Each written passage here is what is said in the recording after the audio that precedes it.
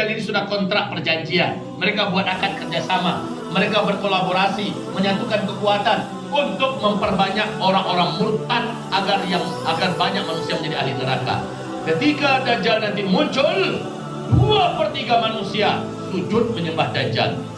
2/3 manusia, Pak. Sementara dari umat Nabi Muhammad, 1/3 total dari umat Nabi Muhammad akan kafir kepada Allah dan sujud menyembah Dajjal. Dan siapa mereka? Satu, seluruh orang Yahudi. Sekarang kan masih ada Yahudi yang lurus. Sekarang masih ada Yahudi yang tidak mau seperti Israel. Tapi nanti ketika Dajjal, dia pun bergabung dengan Dajjal. Kedua, seluruh orang munafik dari umat Nabi Muhammad. Nah, ini kita lihat bagaimana orang munafik bermunculan di mana-mana. Diberikan panggung dan pentas untuk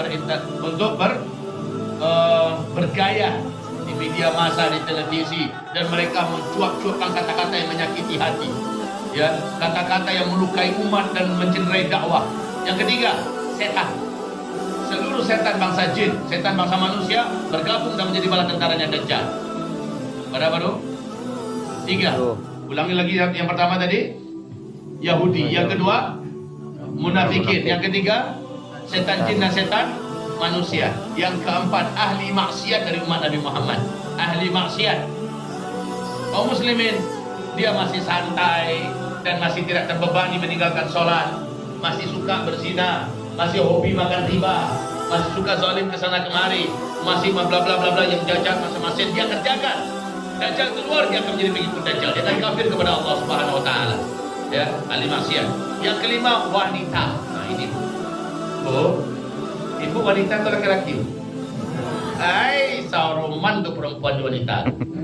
Inyo tuh baru aja cigakan sama tuh. Orang nabi jo rasul itu juga tuh. Akhirnya ibu adalah wanita. Wanita yang paling banyak mengikuti Dajjal dari umatku adalah wanita, kata Rasulullah sallallahu alaihi wasallam. Oleh karena itu, ibu disarankan oleh Rasulullah, oleh para kaum lelaki, kabeh mereka dengan muahbu. Bama kena muah ibu di kabeh namanya muahbu. Sampai bila ibu di kabeh? Sampai Pak Jatuh keluar dari kota Wak. Pak Jatuh siapa? Dajjal. Sampai dia hengkang keluar dari kota kita. Ini tidak lama dah Pak. Karena setiap kota di dunia akan dimasukinya. Sementara selama masa dia di dunia ini cuma 1 tahun. Ketika dia muncul ya, 1 tahun, 2 bulan, 2 minggu saja. Sementara dia harus masuki semua kota di dunia. Maka ibu-ibu yang kami muliakan, dia tidak akan lama di kota Solo. Paling hanya 2 jam, atau bisa jadi 1 jam, ya. Berbeda betul. Hendak Yoko aku sutradaranya perizinkan masuk Solo. Masalahnya Allah yang sudah takdirkan dia diizinkan masuk, kecuali hanya 2 kota yang Dajjal tak bisa masuk. Di mana itu Bu? Mekah, Madinah. Tidak kota Solo. Kota Solo ini masuk apa tu? Oh kami mandok salah Ustaz di kampung-kampung. Masalahnya nanti tim ses Dajjal juga ada di kampung-kampung ngasih kabar. Tapi sifat mereka nggak maksa loh Pak, nggak maksa. Kecuali ya kalau tim sesnya nggak maksa, kecuali bala tentara Dajjal memang maksa. Gitu. Nah Bapak Ibu kami muliakan, berapa? 5 sampai 5 baru. Sampai wanita. Wanita itu adalah ibu-ibu. Mudah-mudahan ibu-ibu yang cocok mengaji, ada gerakan subuh model gini, bukan termasuk ibu-ibu yang berhasil digarapnya. Amin. Kita doakan Bu. Ustaz, iya di mana awak Ustaz? Insyaallah. Pasti itu Ustaz. Insyaallah. Kalau tanda-tandanya lah laku. Tapi bila akan tunjuk Allahu a'lam. Persiapan awak yang benar. Bapak Ibu, yang keenam yang akan menjadi pengikut Dajjal yang keenam adalah seluruh para pelaku bid'ah dan aliran-aliran sesat. Seluruh para pelaku bid'ah dan aliran-aliran sesat. Seperti Syiah, seperti aliran apa namanya? Ahmadiyah, ya aliran sesat lah. Atau seperti Islam Nusantara. ISIS masuk bego tuh. Ya. Dan sebagainya Bapak Ibu yang kami muliakan. Ini ada aliran yang jelas mereka mengarang-arang ajaran, mengada-adakan, menambah, mengurangi dan sebagainya. Ya, baru 6. Yang ketujuh, wahai Bapak Ibu kami muliakan, itu tadi golongan kelompok yang mengklaim dirinya saja yang paling benar, yang lain kafir dan sesat, halal darah. Nah, ini seperti ISIS. Kelompok-kelompok radikal nggak karu-karuan yang mengatakan hanya kami yang benar, kami yang lurus, kami yang dalam surga, yang lain kafir, yang kalian sudah murtad, boleh kami rampas hartanya, boleh kami tumpahkan darahnya. Nah, dia macam-macam ini Pak. Keluar Dajjal, maka dia akan menjadi penyebab Dajjal. Karena Allah tidak menganggap dalam dadanya ada iman, walaupun tidak hitam, walaupun puasanya sampai kempes dan kurus perutnya, ya, walaupun ibadahnya dan baca Qurannya, hafiz Quran, tetapi mereka mengkafirkan orang lain di luar kelompoknya, di pengikut Dajjal. Ya, Bapak Ibu hamba-hamba Allah yang kami muliakan, kami cintai, kita berlindung kepada Allah Subhanahu wa taala. Dan yang kedelapan, kelompok-kelompok pencinta seks menyimpang. Dunia toh. Ya, dan ini di Sumatera Barat sudah berserak di berbagai kota. Nomor 1 di Kota Padang.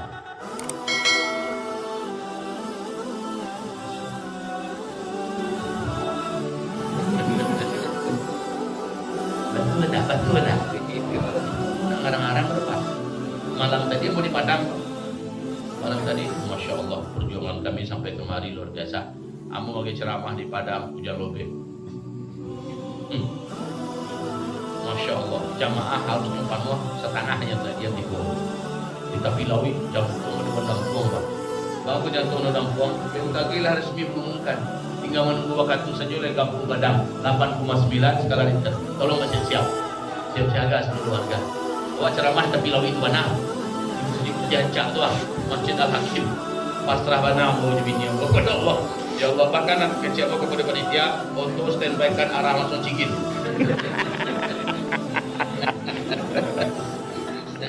Gimana Pak? Jadi mau kita tahu juga pada mereka malam tadi, antisipasi agar bencana tidak datang. Walaupun lah diumumkan ke lah dakik pada yakin gua, karena lah diumumkan resmi dari pihak yang bertanggung jawab itu BMKG. Walaupun itu bisa dipadamkan bencana itu, walaupun terjadi dengan cara, sampai kemana tadi kesimpulannya adalah taubat massal dipimpin oleh kepala daerah. Taubat massal dilakukan oleh kaum Nabi Yunus yang mereka taubat massal padahal awal lah dakik, langitlah kalam, tinggal petir saja punya nyambar lainnya, menghancurkan mereka saudaranya, lalu dibawa keluar mereka semua oleh kepala kaum mereka dan seluruhnya anak bayi, wanita pingitan, orang tua, semuanya keluar ke lapangan dan sujud minta ampun pada Allah, lalu Allah angkat bencana itu kembali. Lalu jadi lebar kemajuan mereka karena mereka tobat massal dipimpin oleh pimpinan daerahnya, maka Allah angkat bencana itu. Jadi aku sarankan kepada Padang wali kotanya, elo seluruhnya kerjasama dengan ulama, dengan polisi macamnya, bawa keluar semuanya tobat serentak kepada Allah Subhanahu wa taala. Itu lakukan yang langkah pertama. Mau tak tahu doh apakah wali kota sanggup melakukan itu? Cuma itu jalan yang pertama. Yang kedua yang saya sarankan malam tadi adalah tegakkan amar bil ma'ruf nahi anil munkar. Dimanapun ada tempat dosa dan maksiat dibuat di Kota Padang, tutup. Silakan cari tempat yang lain. Jangan di Kota Padang.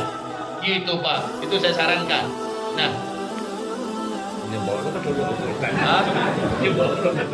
di Solo lo hal yang sama. Silo di situ. Tengoknya putus sangka lakukan hal sama. Nanti sampai itu sumber dah.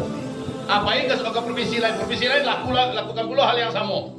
Kalau tidak abi atau usia mereka ke tengah pulau naga, dia pulau jadi dalam deh tsunami.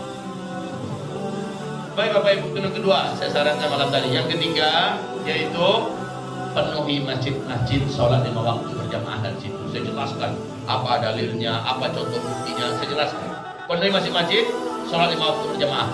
Jangan hanya sekali 2 kali, berhari-hari. Setelah sholat subuh, sholat zuhur, sholat asar, maghrib, isya itu bagaikan Jumat penuh saja.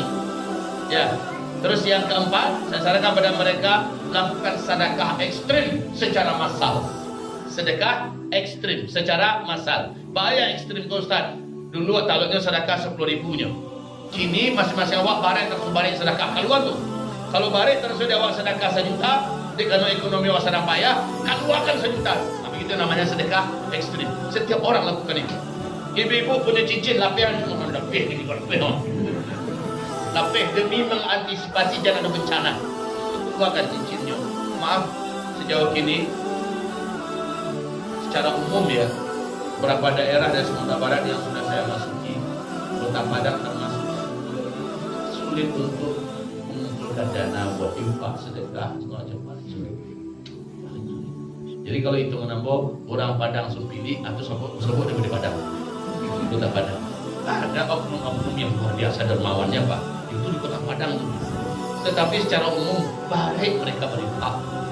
Semoga mulai sampaikan kepada mereka di jamaah di Padang itu yang paling sulit mengumpulkan bantuan untuk dakwah, untuk Islam, untuk masjid segala macamnya. Baik Bapak Ibu yang muliakan. Itu yang keempat. Yang kelima, luzumul istighfar. Setiap warga dan masyarakat pastikan memperbanyak istighfar. Allah berfirman, wa ma kunna mu'adzibin. Kami tidak akan pernah mengazab sementara engkau masih ada di tengah-tengah mereka. Masih ada amar bil ma'ruf nahi munkar dan mereka masih senantiasa istighfar. Jadi selama dakwah masih ada di tempat itu amar bil ma'ruf nahi munkar dan penduduknya senantiasa istighfar, kami tidak akan azab.